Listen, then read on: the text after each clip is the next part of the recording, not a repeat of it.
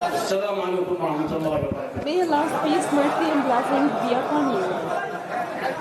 وصلوات الله على رسول الله وآله الطيبين. And may Allah's prayers of forgiveness and peace be upon the Messenger of Allah and His pure family, and upon those who benevolently followed them till the day of judgment. O my beloved ones in Allah's love. بالنسبة للمحاضرة. As for this discourse, نفس الكلام الذي تجده في البيانات. هو نفس الكلام الذي. you shall find that I speak with the same words I write in my statements. لماذا؟ Perhaps some ignorance say, why is there a Mahdi on the internet? أليس وسيلة الإنترنت نعمة؟ Isn't the internet a merit from Allah لنوصل العلم إلى to deliver the knowledge to the whole world, because the Messenger of Allah الناس كافة. is sent to people altogether. تبلغ الناس كافة. So the message of the Quran must reach all people. تولى Unfortunately, long time ago, Muslims have turned away from inviting the word to Islam إنهم بالحقيقة and forgot that they are actually شهداء على الناس. witnesses against people. شهيد The Messenger of Allah على الأمة الوسط. is a witness against the middle nation, whom He has called in His era, in line with the word of Allah the Exalted. سبحان الله العظيم. وجعلناكم أمة Thus we have made you a middle nation, شهداء. that you may be witnesses against mankind, and that the messenger may be a witness against you. يعني الرسول Meaning that the messenger witnessed and delivered Islam. We should be witnesses against people الرسالة التي to deliver the message which Muhammad, the messenger of Allah, came with, which is the great Quran and the true prophetic teaching that do not contradict the clear verses of the great Quran. رسالة القرآن The message of the Quran رسالة للعالم. is a message through the words, a reminder for the words. لو أن الدعوة مستمرة لآمن الناس من زمن. If the call had been continuous, people would have believed long time ago. كأن محمد رسول الله But it is as if Muhammad was a messenger for Arabs only. بل نحن شهداء على الناس. But we are witnesses against people altogether, شهداء على العرب والعجم. Arabs and non-Arabs. سبحان الله العظيم. ولكن كتاب الله للأسف الشديد اتخذوا كثير من علماء الأمة. But unfortunately, many scholars of the nation have deserted the Quran, القرآن العظيم فقط نزل يقرؤون as if the Quran was revealed only to be recited during performing prayers. القرآن العظيم هو الذي حفظ لنا حتى اللغة العربية. والله لولا إن الله حفظ The great Quran has preserved the Arabic language for us. If Allah had not preserved the Arabic language through the great Quran, we would have lost it long time ago. But indeed, the Quran is preserved من التحريف والتزييف إلى المدينة. from alteration and fabrication to the day of judgment, and this is a miracle on its own. تجدوها Check the virgins of the Torah and the Gospel. You'll find many books of them. لكن من يعلم الغيب حين نزل القرآن. But who knew the unseen when the word of Allah was revealed? It is certainly we who have revealed the reminder, and it is certainly we who will preserve it. And this is a miracle on its own. It is preserved from alterations. How would Muhammad know it is preserved from distortion and fabrications, except that it was undoubtedly revealed by Allah? والقرآن هو رحمة للعالمين. The Quran is mercy for the words. Islam is mercy for the word. ولا قوة إلا بالله العلي العظيم. لو علم العالم بتعاليم الإسلام الذي أمر الله بها. If the world had known about the teachings of Islam, which Allah ordered us to apply, I swear all of them would have believed. الكافرين الذين يجهلون ما أنزل في هذا القرآن. Because disbelievers are not aware of what was revealed لو يعلمون in the إن Quran, الله توصانا. if only they knew that Allah commanded us to be good to them.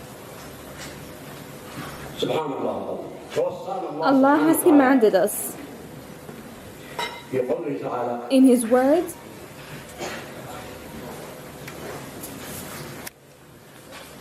لا إله إلا الله وحده لا شريك له. أولا no. First of all, we must understand one thing before I recite the verse. لأن That يعني وكل من Whoever strives to defend himself is striving in the cause of Allah. And this is a lawful right of every Muslim. Also, the disbeliever has the right to defend himself if he was assaulted. Likewise, Muslims have been commanded by Allah in the word of Allah, the Exalted, and fight in the way of Allah those who fight you, but do not begin hostilities. Indeed, Allah loves not aggression. Meaning, do not fight those who did not fight you, because this is regarded as aggression. Secondly, in the Quran, Allah has commanded us to be good to those who do not fight us on account of our religion. Allah the Exalted said, Allah does not forbid you to deal kindly and justly with those who fought not against you on account of religion and did not drive you out of your homes. Verily, Allah loves those who deal with equity. Isn't this a command from Allah to be applied towards those who do not believe in the Great Quran?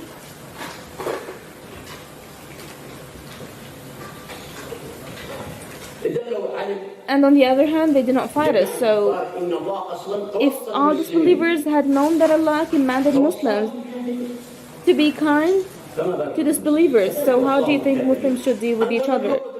So Allah has ordered Muslims to deal kindly and justly with disbelievers. Oh my brothers, we know that Allah's religion is mercy to the words. Mercy to the words.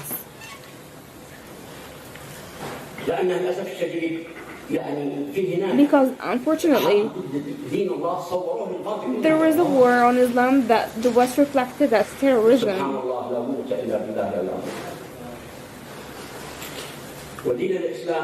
And Islam orders us to keep human rights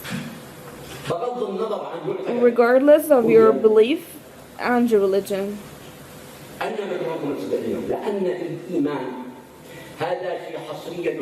Because Allah is the only one who shall judge you in regards to your belief. But the punishments which have been revealed by Allah in the Quran are to be applied equally on Muslims and disbelievers to prevent man's maleficence to his fellow man.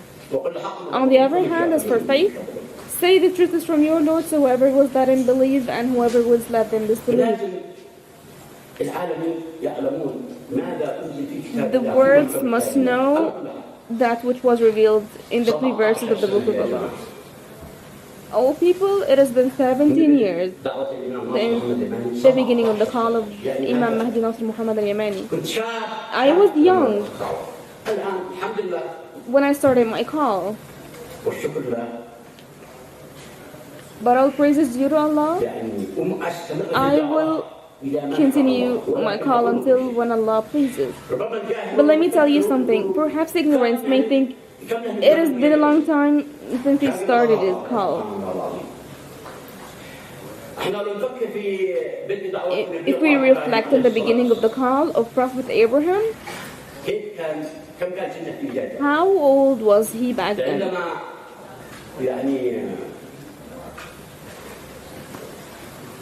When he hit, broke and smashed the statues of their idols. They didn't assign to him any importance, and they said, "Who has done this to our God? Surely it must be an evildoer." Some of his people said, "We heard a youth called Abraham talking about them." Did the word of Allah the Exalted? He said, "Youth. His name is Abraham." جاء نصر الله وبشره طبعا يعني Surely the prayer to bring torment was by Prophet Lut, while Abraham was surprised with it. Anyways, when the angels gave him glad tidings that he will have a son called Ismail, he said, "Do you give me glad tidings with old age has overtaken me? What sort of news is this?" They said, "We give you glad tidings in truth, so be not of the despairing ones."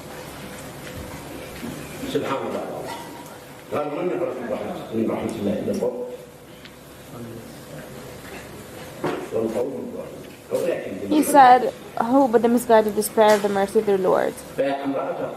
His wife was standing there and laughed. She laughed from the glad tidings.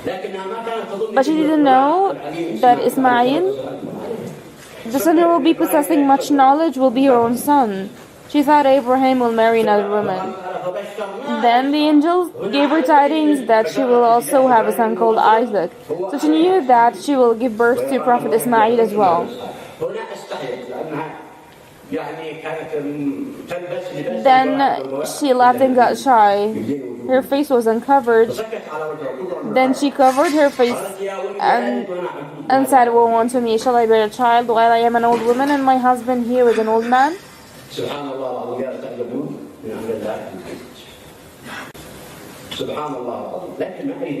What do we understand from the story? The beginning of the call of Abraham, and despite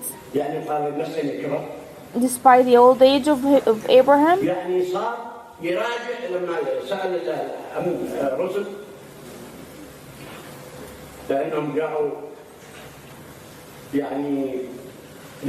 he argued with the angels who had came for him and Prophet Lut.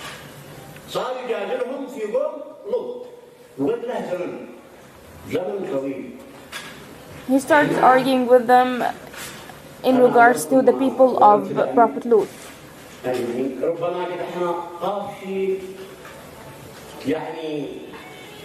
Me and you are so fed up, saying, "When will the help of Allah come?" Our goal is that Allah guides all people. I swear by Allah, our goal isn't but the guidance of all people. But the problem is,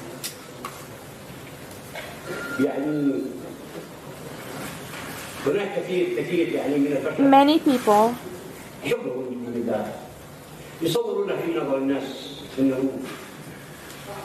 introduce Islam as a vicious religion, and a lot of things happen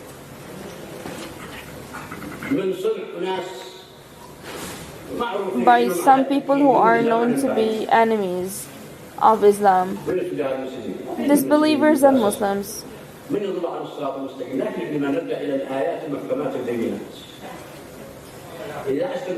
If we hold firmly to the clear verses of the Quran and believe that the prophetic teachings of Prophet Muhammad are truly related to Islam but are not preserved from fabrications,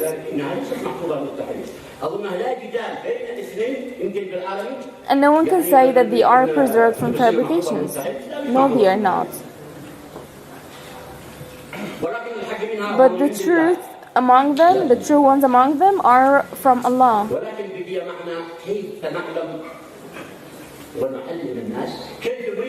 What is left is for us to teach people how to differentiate between truth and falsehood. You all know that the prophetic teachings were not written in the era of Prophet Muhammad so that they are not mixed with the Quran.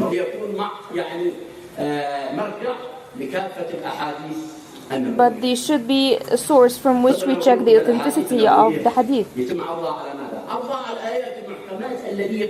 We should compare them to the clear verses of the Quran that are understood by all people.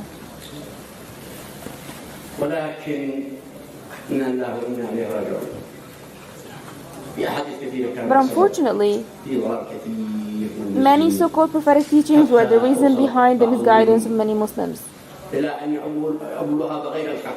Scholars interpret them without,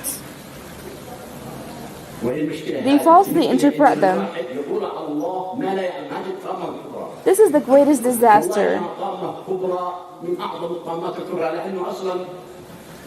Because what did Allah order us to do? ونشوف ايش الشيطان يريد. And what does Satan want? نحن نخالف ما يريده الشيطان. الشيطان يأمر بالسوء والفحشاء وأن تقولوا Satan orders us to do what is evil and indecent and to say about Allah that which we do not know. Allah forbids us from doing this.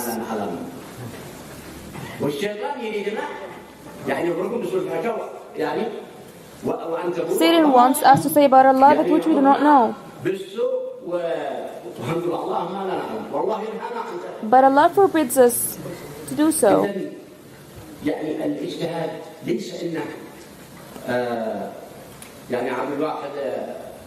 So ijtihad is not to offer knowledge that might be correct for a certain percentage. No, Quranic interpretation should be 100% correct. Whoever is afraid to say about Allah that which he does not know, Allah will surely guide him in the era of Imam Mahdi or even before. Fear Allah and Allah will teach you.